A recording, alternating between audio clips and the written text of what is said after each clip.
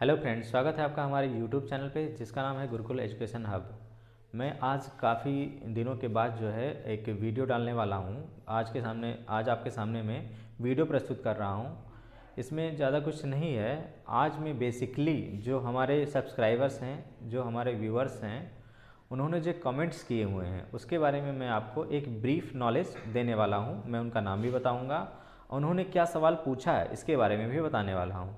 तो कृपया ये वीडियो जो है ध्यान से देखिएगा, क्योंकि हो सकता है कि उनके सवालों के जवाब मिलने पर आपकी समस्या का भी समाधान हो जाए। और आप जो है ज़्यादा से ज़्यादा कमेंट करिए।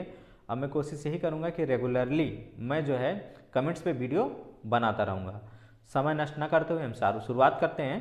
पहला कमेंट आया है हरीश चौरसिया के नाम से। इन्होंने जो सवाल पूछा है उसको मैं पढ़ लेता हूँ। सर, बंजर ज़मीन के नाम करने को क्या कहते हैं? सर, किस किस के माध्यम से होता है? लेखापाल अकेला कर सकता है?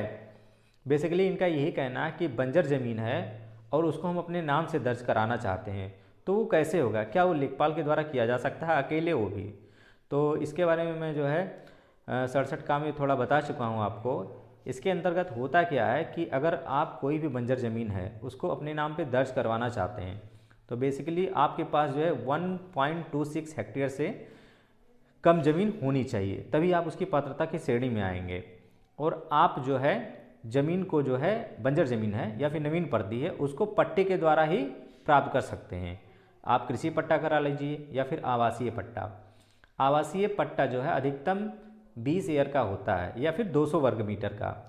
और जब ये इसकी फ़ाइल बनती है आवासीय पट्टे की, तो इसमें आपका लगभग जो है 1 बिस्सा या फिर आपका 13 एयर या फिर उसको 130 वर्ग मीटर इतने के आसपास किया जाता है आवासीय पट्टा। कृषि पट्टा जो है ये देखा जाता है कि ज़मीन उस गांव में कितनी अवेलेबल है जो पट्टे की जा सकती है आपका कृषि खेती करने के लिए। तो उसके लिए जो ज़मीन अवेलेबल है और जितने लोग पात्र हैं उसी अनुपात में है सबको डिवाइड कर दिया जाता है कि सबको बराबर ज़मीन मिल जाए। और इसकी प्रक्रिया में ऐसा नहीं कि इसको केवल लेखपाल अकेले कर सकता है। लेखपाल जो है इस प्रस्ताव को जो है आगे भेजेगा और वो प्रस्ताव कहाँ पारित होता है? वो ग्राम सभा में पारित होता है। इसमें ग्राम सभा सदस्य, ग्राम प्रधान अहम रोल निभाते हैं। उसके बाद जो है लेखपाल साहब जो है उस फाइल को अग्रसारित करके कानून को, रजिस्ट्रार कानून को, तहसीलदार सर, फिर एसडीएम सर से हो करके जो है वो फाइल स्वीकृत होती है। उसके बाद आपको पट्टा पत्रावली मिलती है और आपको कब्जा दे दिया जाता है। इसके बारे में डिटेल वीडियो में जो है बना दूंगा, उसको आप देख करके समझ जाइएगा कि पूरी प्रक्रिया कैसे होती है पट्टे की। ठीक है, अब दूसरे कमेंट की तरफ हम बढ़ते हैं। दूसरा कमेंट है उपेंद्र गुप्ता। सर, प्लीज़ बताएं, यदि दो भाई हैं, उनके 15 कट्टा ज़मीन है, एक तरफ पक्की रोड है और एक तरफ कच्ची रोड है, तो कोर्ट बंटवारा करे तो क्या दोनों को पक्की रोड में हिस्सा मिलेगा या नहीं? इनका सवाल ये है कि एक ज़मीन है जिसमें दो भाई हिस्सेदार हैं और उस हिस्से ज़मीन के एक तरफ पक्की रोड है और एक तरफ कच्ची रोड है। अगर उसका कोर्ट से बंटवारा कराते हैं, कोर्ट से बंटवारा कराने का मैं मतलब बता देता हूँ। यहाँ पे आपको धारा 116 में बंटवारा कराना होगा। इसका वीडियो जो है चैनल पे अवेलेबल है, आप देख लीजिएगा। तो अगर आप इसका बंटवारा डालते हैं आप, तो उसके लिए जो है आपको एसडीएम न्यायालय में वाद दाखिल करना होगा। वहाँ पे जो बंटवारा होगा वो पक्की रोड को और कच्ची रोड को ध्यान में रख करके किया जाता है, बशर्ते किसी एक भाई ने अपनी भूमि पर जो उसका हिस्सा है उस पर पक्का निर्माण ना कर लिया हो। अगर पक्का निर्माण कर लेता है तो उसकी मालियत के हिसाब से आपको जो है हिस्सा मिलेगा उसमें। ठीक है, अगर निर्माण कार्य नहीं हुआ है तो आपको पक्की रोड के साइड भी हिस्सा मिलेगा। ठीक है, अब हम अगले कमेंट में बढ़ते हैं। ATL सखोपार के नाम से सब्सक्राइबर हैं हमारे। उन्होंने पूछा है सवाल, नक्शे में किसी गाटा में का, खा, गा आदि का जिक्र नहीं होता है, इस स्थिति में का, खा, गा की दिशा कैसे पता करें? ये जो है इन्होंने जो पूछा है वो मिनिमला नंबर से संबंधित है और इसके बारे में भी वीडियो चैनल पे अवेलेबल है। अब इसमें जो है इन्होंने जो पूछा है का, खा, गा, बेसिकली ये किसी गाटे का, कोई एक गाटा है, मान लीजिए 25 है, तो 25 का का, 25 का खा और 25 का गा, ऐसे गाटे होंगे। अब ये तो खतौनी में इनको मिल जाता है लेकिन नक्शे में नहीं मिलता। तो इनका यही सवाल है कि उसको नक्शे में हम कैसे दर्शाएंगे कि 25 का उस गाटे में किस तरफ है, खा किस तरफ है, गा किस तरफ है। ठीक है, तो इसमें होता क्या है, बेसिकली जो जिस आधार पे कब्जा है उसका उसी आधार पे बंटवारा कर दिया जाता है। और इसको नक्शे में दर्ज कराने के लिए, पहली बात, अगर आपका का खा गा का रकबा बटा हुआ है, अगर आप उसी रकबे के आधार पे जो है नक्शा कटवाना चाहते हैं, मतलब जो आपका गाटे का नंबर होगा 25 का, उसको आप पार्टीशन कराना चाहते हैं, तो आप धारा 30(2) में आवेदन करेंगे, उत्तर प्रदेश राज्य संहिता 2006। और अगर आपका जो है हिस्सा भी क्लियर नहीं है तो उसके लिए आपको 116 में पहले बंटवारा दाखिल करना होगा। बंटवारा जब दाखिल होगा तो उसमें जितने भी हैं आपके खातेदार, सबका हिस्सा क्लियर होगा। मान लीजिए का में भी 2-3 लोग हैं तो उनका का में भी हिस्सा क्लियर होगा, खा में होगा, गा में होगा। उसके बाद जो है उसका पार्टीशन उसी आधार पे किया जाएगा।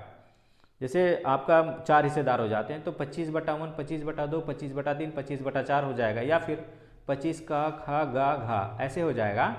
और इसको जो है नक्शे में तरमीम भी किया जाता है, वो धारा 30(2) में होता है, जो मैं अभी कुछ देर पहले आपको बता चुका हूँ। और इसमें नक्शा और कुर्रा लेखपाल कानून को बनाते हैं। तो अगर आप कराना चाहते हैं तो अगर आपका धारा 116 में आर्डर हो जाता है तो नक्शा कुर्रा बनने के लिए लेखपाल और तहसीलदार, लेखपाल के पास और कानून के पास फाइल जाती है। तो आप प्लीज़ उनके पास जाइए, उनसे मिल करके जो आपका नक्शा है उसको तरमीम करवा लीजिएगा, नक्शा और कुर्रा आप बनवा लीजिए, देख करके कहीं कोई गलती ना हो, सामंजस्य से बिठा करके बातचीत करके काम करा लीजिए। क्योंकि अगर वहाँ आपको थोड़ा भी मिस्टेक हुआ तो आपको फिर कोर्ट में जाना पड़ेगा, फिर वहाँ मुकदमा होगा, तो आप वहीं पे करवा करके उसको रफा दफा कर दीजिएगा। अब हमारे एक अलग नेक्स्ट यूजर हैं राजा राम, इन्होंने सवाल पूछा है, सर धारा 24 में भूमि की पैमाइश जो आप बताए हैं सर्वे में उसी अनुसार लेखपाल जी पैमाइश करते हैं? प्रेजेंट टाइम प्लीज़ बताएं। 3 स्थित बिंदु के रूप में सिहद्दा पत्थर से पैमाइश करते हैं। इनका क्वेश्चन ये है कि जो धारा 24 की पैमाइश होती है, जिसके बारे में मैंने वीडियो बनाया है, उस वीडियो में मैंने बताया था कि 3 जो है फिक्स पॉइंट लिया जाता है। तो ये कह रहे हैं सिहद्दा से लिया जाता है 3 फिक्स पॉइंट की नहीं, क्या लेखपाल ऐसी पैमाइश करते हैं? तो देखिए धारा 24 की पैमाइश जो होती है बेसिकली जो है, अगर वो पत्थर से ली जाती है तो उसमें करेक्शन बढ़िया पॉइंट आता है, मतलब करेक्शन होगा, सही रिजल्ट आएगा। लेकिन मान लीजिए कभी जो है पत्थर बहुत दूर होता है और दूरी के कारण जो है नापने में अंतर आ सकता है, तो कोशिश यही की जाती है कि नज़दीक का कोई फिक्स पॉइंट ले लिया जाए। चौमेड़ा ले लेते हैं लोग, चौमेड़े से क्या होता है कि 4 गांठे एक जगह पे कटे रहते हैं, तो जो पॉइंट होता है वो फिक्स होता है, वो मूव नहीं करता है, तो उसको एज ए फिक्स पॉइंट मान करके भी पैमाइश होती है। और पत्थर से खींचा ही जाता है क्योंकि जरीबी लाइन टेस्ट करते हैं कि मतलब जरीबी लाइन पूरा है या फिर नहीं है। तो आज हमने जो है आपको 3 से 4 कमेंट के हमने आपको बता दिए, उनके प्रॉब्लम्स क्या थे, उसके सोल्यूशन हमने बता दिए हैं।